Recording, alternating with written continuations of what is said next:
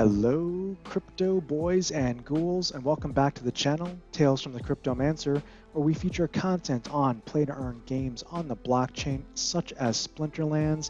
And in today's video, I wanted to talk about bots and bots within the ecosystem. A long-standing question has been for the community, just how many bots are out there? And this is always a subject of speculation, and there's really been no easy way to really get a handle on what the numbers could be. But we recently just had a very significant event in Splinterlands that I think provides us some very unique insights on just exactly how many bots might be out there, and that is the release of Chaos Legion, the release of a new card set, the first time in over a year. And the reason why that's significant when you think about it, it is because the starter decks changed. And guess what? The starter decks changing, the bots are programmed to use the old cards, and the old cards don't exist anymore once that switch was made. So we're going to take a look at that. But before we do, I want to go through some history for those that may not be so familiar with kind of the bots and some of the challenges that happened earlier this year. So let's first take a look at this Peak Monsters dashboard. It's a great tool to monitor and to check as a consumer of Splinterlands and being part of the community. I'll provide a link to it in the video description below for your reference. If we look at this new player chart here, we can see in October we had some peaks of 29,703 players signing up. Then we had 24,434, and then another 21,835, and then we started to see it decrease. If we look at this date specifically in here, let's say October 5th, 29,703 new players into the game. If you look at October 5th, our daily active users on that same day was 363,887. So as a rough estimate, let's say approximately 8% of the daily active users for that day signed up as new users into the game. And that's a very high percent. So we can also see here in October, the numbers have a pretty significant downturn, and it actually stabilized here at the beginning of November, and it's pretty much been between 5,000 to 3,000 users that have been coming into the game on a daily basis as new users. But what happened in end of October, early November that might account for this sudden change? Well, I would point you to this article. It's from the Splinterlands official posting on Hive. The actual date of this posting was October 21st, and with this came the announcement that DEC battle rewards would be reduced for anyone in the bronze leagues. Basically, you had to be in silver or above to get DEC rewards for your battles and to get actually the card drops in the daily loot chest and the season reward chest. This was a very significant change, and we saw in these charts after that announcement, and then subsequently when it was later entered into the game, we saw the number of new users significantly decrease. Now, one would theorize that the reason for that is because now buying a $10 spellbook and letting a bot run was maybe not as profitable. Maybe it wasn't worth the time and the effort to do that. And that's kind of some of the history to review. Now, what I want to focus on specifically now is Chaos Legion. I want to look at December 7th and 8th and their days leading up to it and after, right? So December 7th, right here, we look at the daily active users for Splinterlands, and we have 402,997. This is before Chaos Legion was rolled out. And actually, let me just zoom in on this so we can see this in probably a little bit better detail. So accounts, right? Daily active users.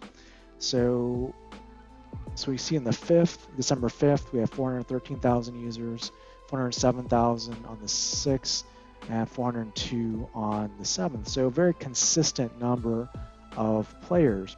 On December 8th, when Chaos Legion was released, we dropped down to 344,000 players, which is a decrease of, roughly 20%, roughly, right? I mean, it's a little less than that, but this is when Chaos Legion was released, and also the starter decks changed. So all the beta cards and summoners were removed from the starter decks, which means if you played battles with those cards, you had an invalid team and you couldn't enter the team, or you would just enter the team with maybe 1 or 2 cards in the battle and lose. Now, after December 8th, we see a further reduction in daily active players down to 310,223 on December 9th. This is kind of where we've bottomed out. Now you might say, well, maybe a lot of users were in the marketplace buying cards and maybe not playing the game. Well, if they were in the game buying any cards in the marketplace, they're in the game, they're going to be counted for one. And likely if you're buying cards, you're probably going to enter and log into the game and do something with those cards in some form or fashion. So I don't think those arguments necessarily hold water. Now, if we look what happened here on December 10th, the players started increasing to 348, and December 11th, which was yesterday, we're at 360. So we're starting to increase the number of players back into our daily active users. So here's my hypothesis. What I think happened is on December 8th, when the starter decks turned over and Chaos Legion and Untamed cards were the only accessible cards, the bot programs and the bot teams couldn't win, couldn't make money, so they took them offline. And we saw that on December 9th, where we had a significant dip here to 310,223 active users. I think what happened is everyone shut down their bots at that point in time and said, hey, until we get the AI or the programming fixed and the new cards entered into the bot, it doesn't make sense to run them because they're just going to burn ECR and they're not going to get cards or earn any money at this point. So now we're starting to see more active players coming online. Maybe the bot programming has caught up and they're able to at least enter baseline cards or valid teams into bots. So maybe they're not winning at a high percentage right now, but maybe they're coming back online and actually being able to play games. And so we're starting to see this uptick again. I would surmise if in the next week or two, we're back up to our daily average of 400 and let's say 10 to 400,000 in that range where we're pretty stable for daily active users, I would put forth the hypothesis that the number of bots that are actively in the game right now is the difference between this low point, 310,223, and the daily average of roughly, let's say, 407, probably like 410,000. And if we do the math, we take an average daily user count of 410,000 and we subtract it by this low point of 310,000 roughly, that gives us basically 100,000 bot accounts active in the community on a daily basis. So if you were to ask me what is the amount of bots in the game, it's roughly 25% that's still active, probably, is my guess. Now, this is just my hypothesis and guess. What do you think? Is this all nonsense? Am I just imagining things? Or is there some weight to this possible scenario? I have to put the disclaimer out here. I'm not part of the bot community. I don't run any bots. I have no connection to any bot programmers or anyone that runs bots, so I have really no inside information. If you do use bots or you do have information that you'd like to share with the community or with this channel, feel free to do so in the comments below, because I'd love to gain some insight into this aspect of the game, because it's obviously necessarily not a problem that you run a bot or you use a bot, but I think there's definitely been the question of just how many bot accounts are out there versus how many are real users and real people behind the keyboards.